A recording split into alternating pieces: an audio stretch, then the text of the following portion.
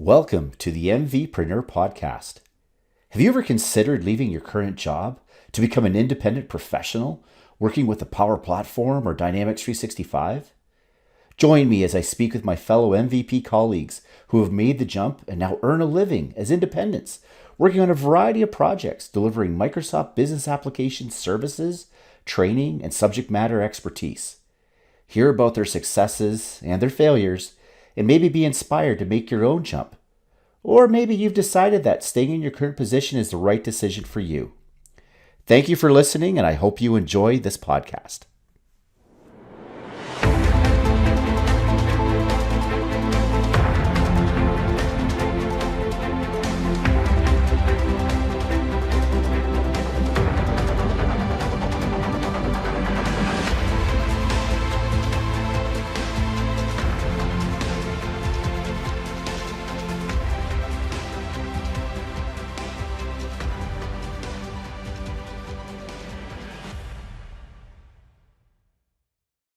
We're cool. All right, everybody, we're back for another episode of Going Independent. Still have to kind of figure out a name on on the actual podcast video series itself, but I have someone here interesting. If I've done some research on this fellow that we're interviewing today. His name is Mark Smith. You may have recognized him. He's done a podcast or two previously. Actually, I'm just kidding. No, Mark's well known in the community. He's done a lot of stuff. But we're really focusing on people working in the business application community going independent. So I wanted to bring Mark on because I think Mark has a long history, and I guess it's kind of interesting because a lot of people ask me, and I guess I'm going to turn it to ask you, what exactly do you do? And I know you're independent, you don't work for a company. So what's the story there of you being independent, and when did you make that leap? Okay, so when people ask me what do, I say I'm a house husband, my wife works, and I'm retired. Perfect, living the dream. Right? That makes sense, right? As in where I get all my time. Everyone's like, how do you get time to do all this? Oh, I'm retired. My wife works at Google, and they pay well. So, no, seriously, 18 months ago, bit over 18 months ago. Wife and I had just come off a 18-month sabbatical, right? We traveled the world, went all over the place. That was a result of 4 deaths that happened in our family and within 1 year. So it kind of makes you do a reality check. I was working for a large partner in Australia at the time. And what I found with working for these large partners is that no matter how good you did, next year the target was set higher. Yep. You were asked to do more, and I got paid well, for that. I'm not saying I didn't get paid well, but it gets to the point that money is no longer the motivator. And for me, it had got to that point. Yeah. I was making enough money that opens up decisions. You can do other things and that type of thing. And really, what I wanted more than money was time. One of the questions I often ask on my podcast: which would you trade? If you get unlimited money or unlimited time, which would you go for? And for me, it'd definitely be time, because with money, you can't buy time, right? Time is one of those only things that you can't buy. So that was my reassessment. And so when my wife got a job in London working for Google, and I needed to go, okay, after the sabbatical, what do I do? I decided just to go independent, and I would just watch and see what happened, what came up, and a lot came up. So I picked up a lot of consulting gigs. Yeah, and that's interesting, because I know a lot of people I've talked to that are making that consideration of becoming independent, leaving their job. The big concern is, am I going to find work? What am I going to do? And there's that fear factor of where's the next paycheck coming from. But I think I've found, and a lot of the other guests on this podcast have found too, that especially in our industry for the business solutions and dynamics, work finds us very quickly. And I'm assuming that's the same thing with you. Yeah, it did. And I'm not your traditional consultant in the Microsoft sector, because I've been in management for so many years, like over 12, 13, 14. So I haven't been like an on the tools person. I've done my best to maintain a deep understanding of the technology. I've had a lot of devs work for me, a lot of functional, a lot of architects.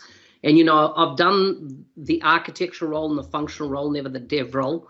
But I'm not your traditional kind of person that, might be listening to this, that are more in the, they are a functional consultant. They had, 5 to 7 years experience in that space. The architect, the dev that kind of has that, and they've been in partner land for, let's say, 5 years. I always recommend, right? You do a good 5 years in partner land, 3 to 5 years. You do, 3 to 5 years in customer land. In other words, just work on a customer. Yeah. After working on a partner, it's an amazing experience to work on a customer. You don't realize how easy you have it, right? Because no one's asking you for, are you on the bench? What's your next project or anything like that? When you work customer side, you just keep going as long as the work keeps happening. Work keeps coming. There's no, we're freaking out about your billables this month. Exactly. Yeah. You can do so much more training and things like that. And, I reckon if you're in any of those roles and you have that experience, as long as you've built a personal brand, you can really go anywhere. I mean, the internet makes everybody close. Yeah. It's nuts how, this technology alone, right, as in the past, that would have needed to be in an in-person type video setup and talk and stuff. It's all remote now. It's all remote. And I feel that that's the world we've moved into, where you can work anywhere if you are known. And that's the big if, right? You've got to have built your reputation in the market that people value your set of skills. They know the value you bring. You have a differentiator. What's different than every other consultant in your space? So that your value contribution is high. Statistically, I read a report in London while I was up there that if females, for example, want equality when it comes to pay, going independent is the easiest way to gain equality if you're fighting it within your organizations. They say, the statistical research of like thousands and thousands, I think 40-odd thousand people that had been surveyed that had been like in the professional services type industry, then went independent. The females in that showed pay parity came about when they went independent. Wow. No, that's really interesting. It's a good way to do it, because there's always that kind of fight internally. We still, it's unfortunate that here we are in 2019 and we're still seeing articles about the pay scale or finally women being brought up to equity and things like that. Like that should be, to me, that should be a no-brainer at this point. But, statistically, though, it's years away. Right? Yeah. Statistically, it's years away. I saw something recently said based on the state of the US right now, it'll take another 200 years for women to reach equality in the US. Wow. That's nuts. That's based on statistical data comparisons, and that is ridiculous. It is ridiculous. Yeah. Now, one thing I wanted to unpack a little bit with you, Mark, compared to some of the others, because a lot of the other folks I'm talking to, they are the hands-on, the functional consultants, the developers, and they're getting into projects and they've got gigs going on and they're working on the Power Platform. And myself as well, I got my hands into it. I was actually at Visual Studio open on before this call. Wow. But it's interesting because I had a conversation with Rick McCutcheon on Friday, and a few of these opportunities have come across me. Like for an independent, this is what I'm leading up to. I listened to your podcast this morning with John Gravely, and there seems to be an opportunity in the ISV community, especially for folks that have many years experience in Dynamics 365 or in the Power Platform. There's ISVs looking for these professionals, whether, I'm assuming like it's another one of your gigs for you to be working with John on with SalesSpark and things like that. And I know talking to Rick as well, he's being working with a bunch of ISVs. I've been approached myself with a couple, and they're not even, launched yet. They're kind of in that still small stage. So do you feel that this is this more of a one-off, or is this another big opportunity for people going independent? This is a big opportunity, which it comes again around to, brand preparedness. Now, that podcast, as in when I first connected with John Gravely about this idea, right now, we're December 2019, 4th of December, we're recording this. I first connected with him on around the 20th of February. The World Ignite Tour was on in London, and I get a phone call and I take a comm call from him, being introduced by Steve Mordew. And the idea was run past me of this concept of software, and particularly around sequencing and creating a bit of software that becomes the digital executive assistant, focused on sales, but really could be applied to a lot of industry sectors, And this whole concept of, digital assistant is like, I've worked with virtual assistants for 8 years now. Like in Australia, I had one full time, 40 hours a week, worked in a different country, worked 40 hours a week though for me as a virtual assistant. And I think we're moving into an era where it's not just about data knowledge. It's really about using data to assist you, make you smarter, allow you to get stuff done without your interaction. And really, this was a concept that, John, shared with me. And I'm like, wow, I can see it. Like, because, although I wasn't a full-on salesperson, I spent a lot of time in pre-sales. When I say I'm not a full-on salesperson, my best year I did 39 mil selling.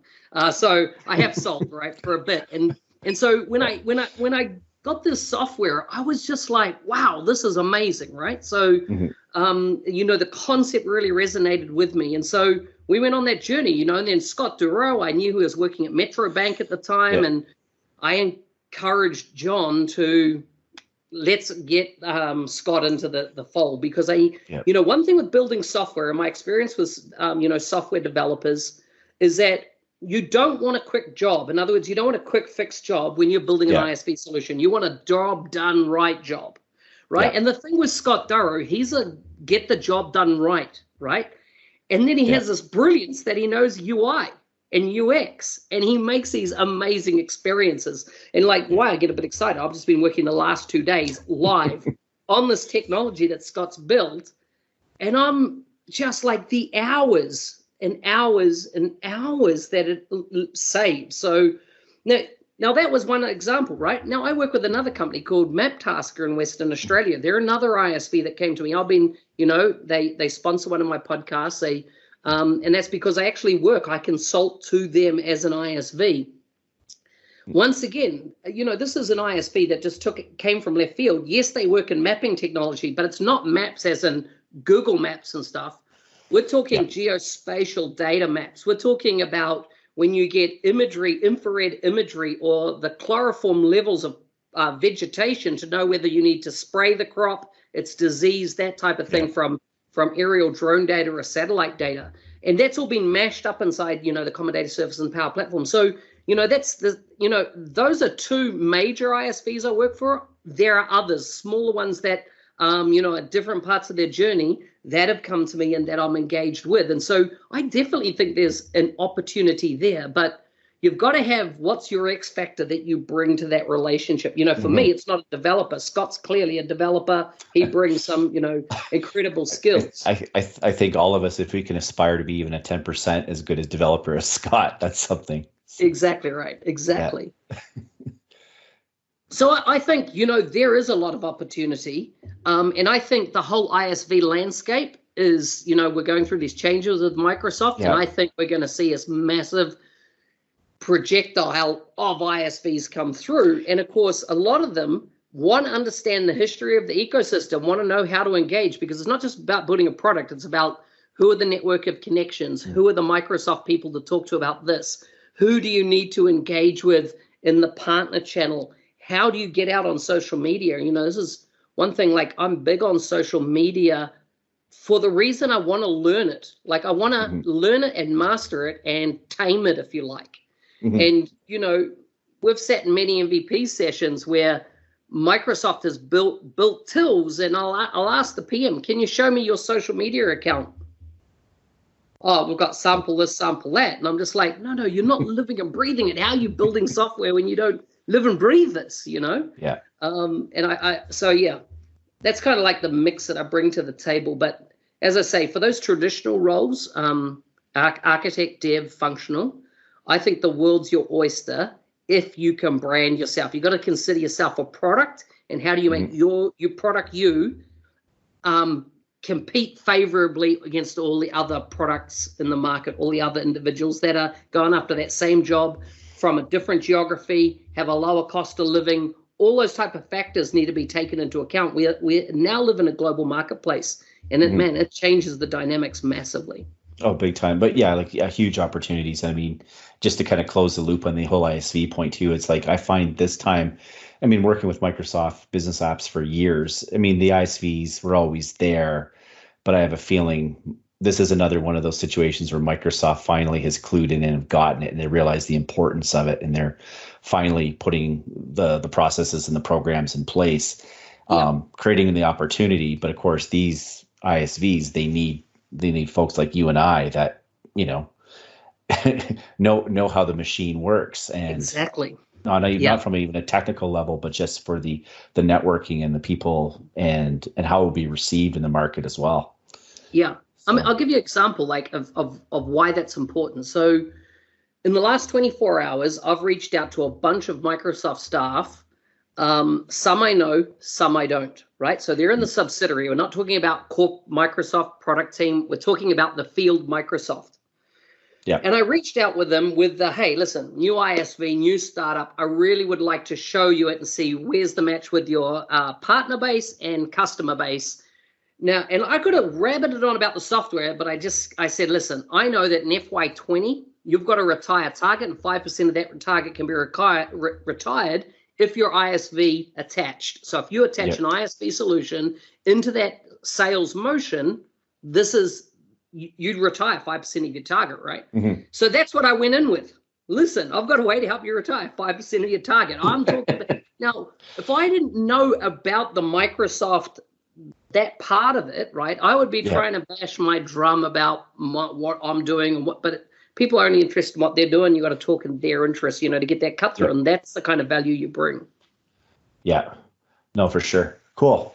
No, it was interesting because I wanted to drill down on the ISV thing just based on conversations I had. So this is great because I think, I mean, again, if someone's out there, they're sitting in a job and they wonder, could I do this? This opens up a whole other field of opportunities for them. Yeah. So it's interesting. So a question I ask typically of some of the folks I talk to is the part of the world they're from, and talk to some folks around the government, working for the U.S. government around kind of that northeastern U.S. Talked to Marius in Norway about the situation there. Now you're interesting as well because you were in Australia, you moved to London, and then you're now in New Zealand, and I think you're it's part of the questions I ask is sort of like in the area where you live, how easy is it to set up a business and to become independent? Because I understand in some places with cultures and stuff, it is a little bit more difficult. There's still some of that come into the office kind of thing. I think you've proven the model where you can work anywhere. Because I know when you were like in London, you weren't necessarily working strictly within the UK. You were working on projects all over the place. And totally. I assume that's still the same way now where you're at. Yep.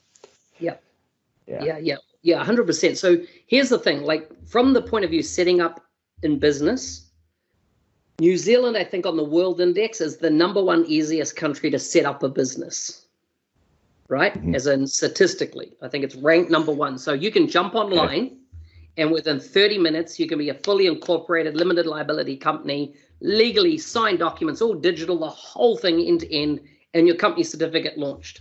Wow, that's awesome. Right?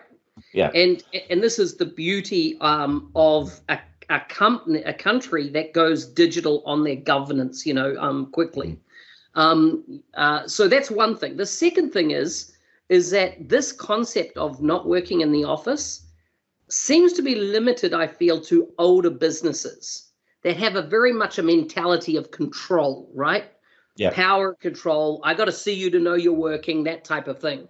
What I loved about what I observed in Microsoft Australia in the subsidiary there, Microsoft had, I think, 3 stories of this big, large complex, and they downsized to 2 and told everybody, don't come into the office unless you have a meeting.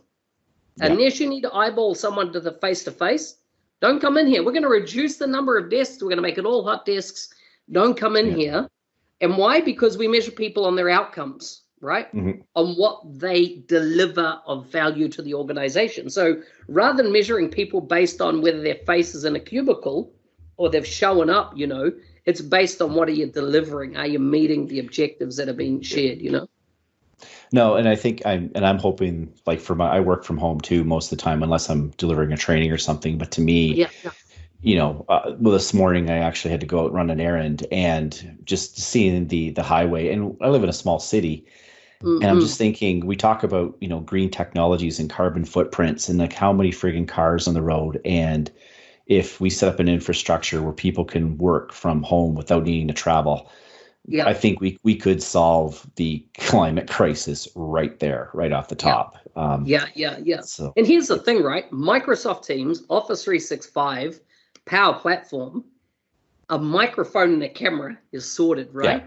Now, yeah. I'm not saying, I tell you what, what's the bad, like, you haven't asked me what's the downside. Are you going to ask me what's the Well, downside?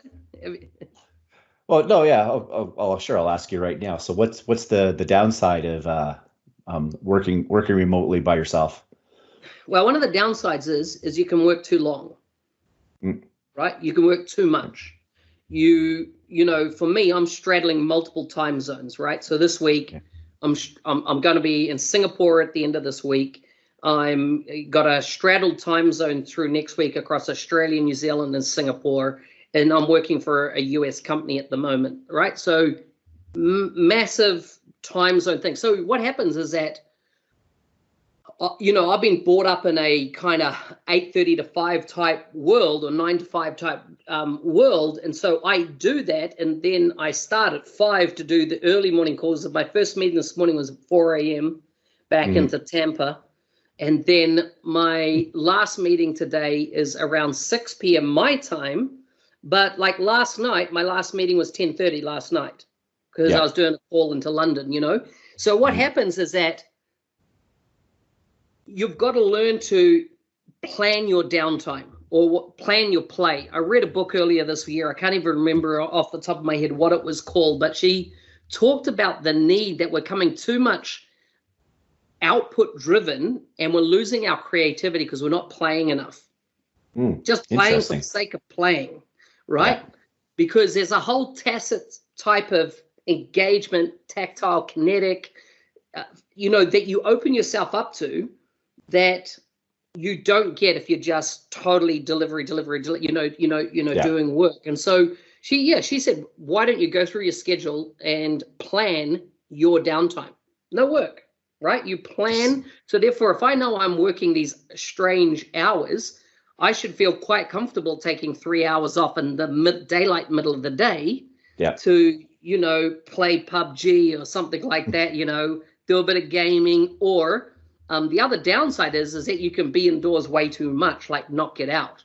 Yeah. So like I've definitely put on weight more than ever this year by working alone than when I was, because you think you're not commuting to an office anymore. So you Mhm. normally, let's exercise, right? And whatever Yep. form you go, you're doing some form of exercise.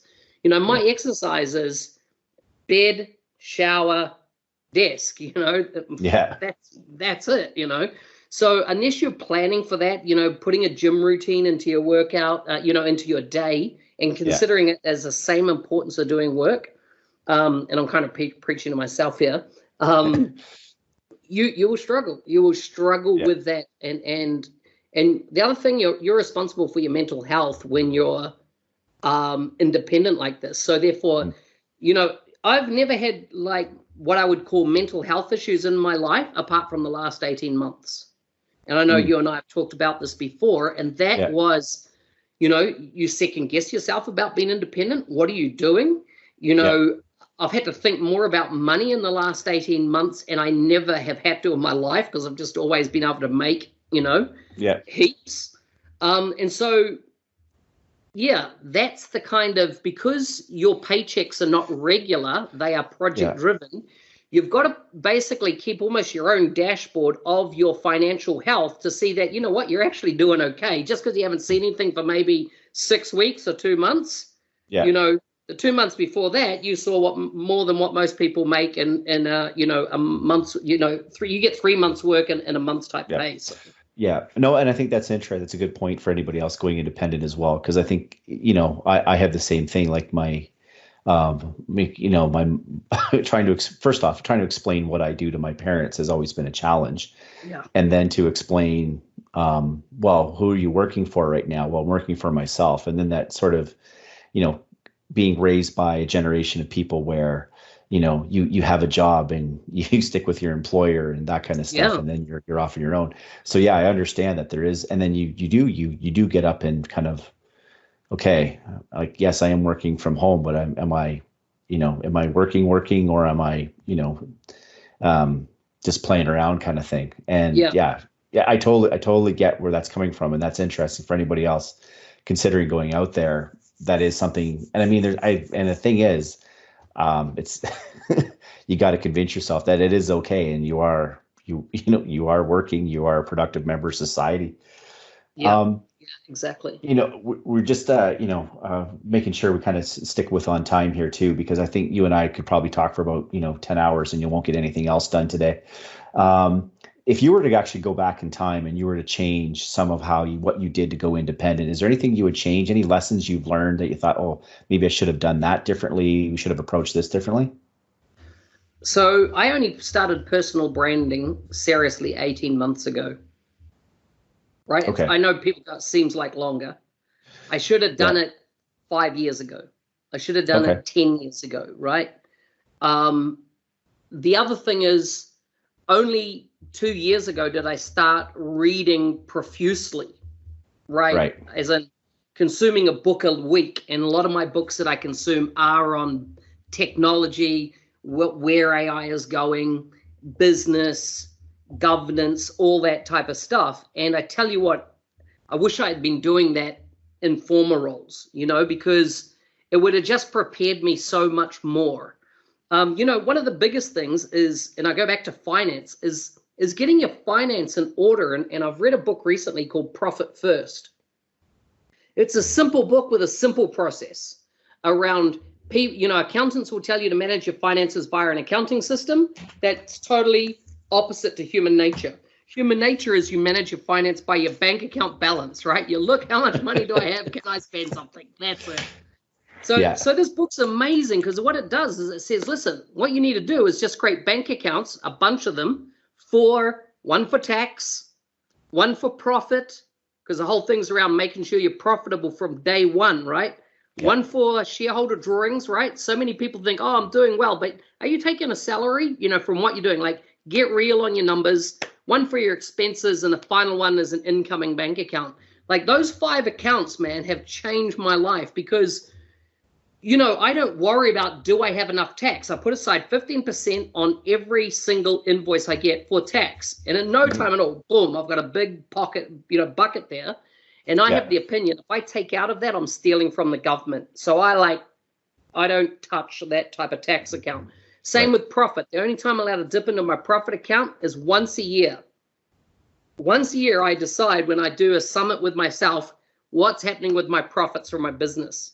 Hmm. And then I pay myself salary. Those things, like, I can't recommend enough. Read Profit First. It's just such a simple way to run your business, but also your home life, to get ahead just in managing normal cash flows coming in.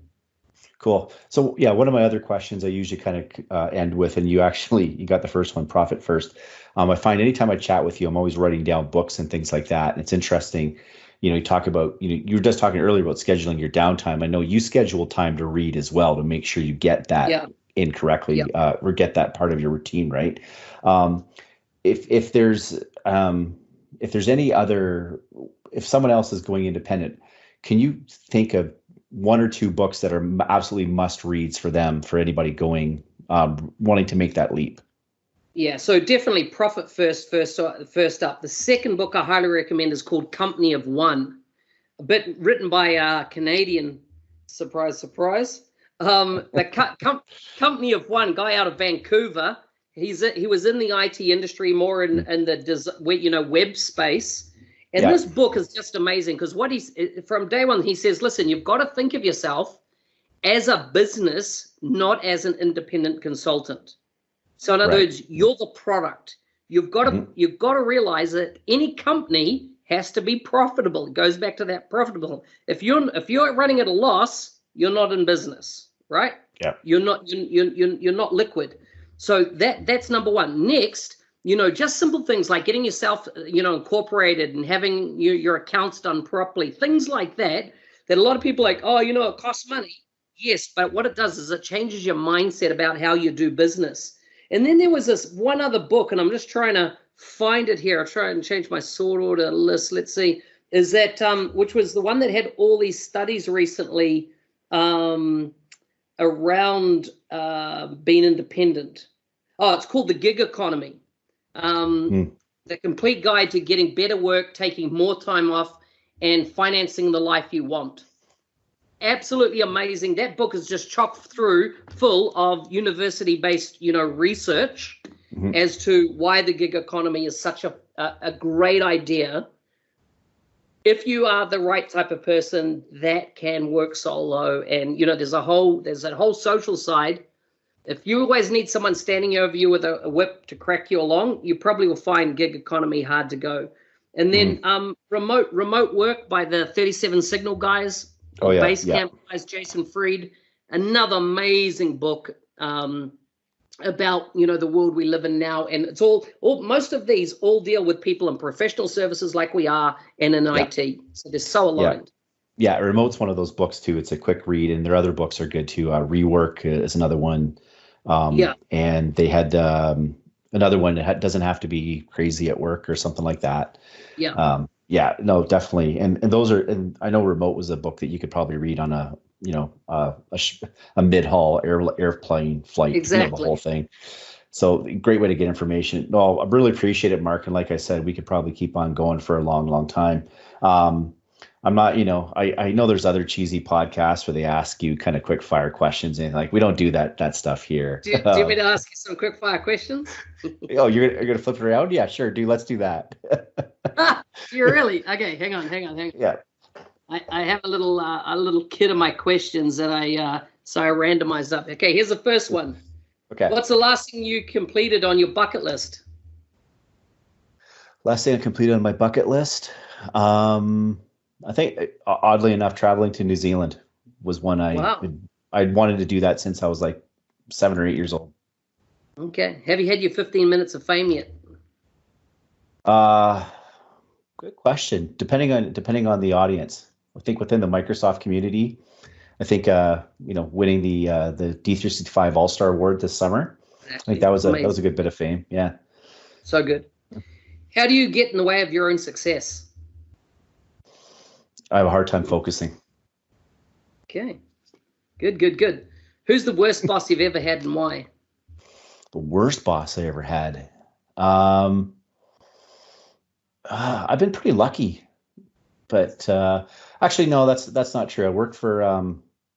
You're Canadian. Come on, man. Name and shame them. I'm not going to say who, but I worked for a Microsoft partner, and they always say a consultant should always be like one page ahead of the client. This literally was, I was brought into this gentleman's office, and I was doing Great Plains at the time, and I was a technical consultant for Great Plains, everything beyond the login prompt. And he said, I'm going to quickly show you in the next 20 minutes how Great Plains landed cost works. And I'm like, okay, why? Because you're going out to a customer this afternoon to implement it. And man, talk about.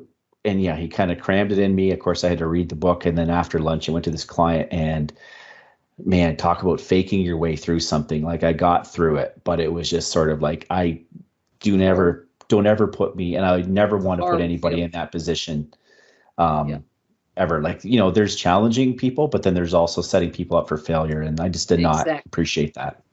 Exactly. So, get another one or two more?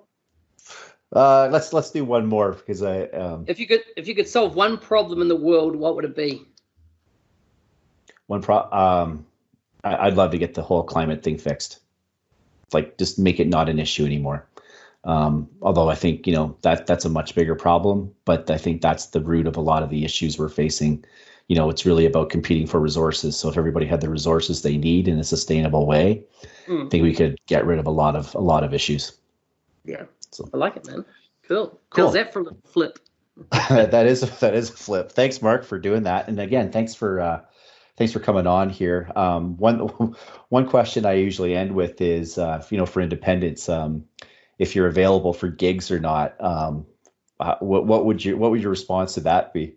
If I'm available, Yeah, yeah. So the type of gigs that I go after is consulting to Microsoft partners around how to make sure they create profitable businesses and Microsoft ISVs, right? perfect.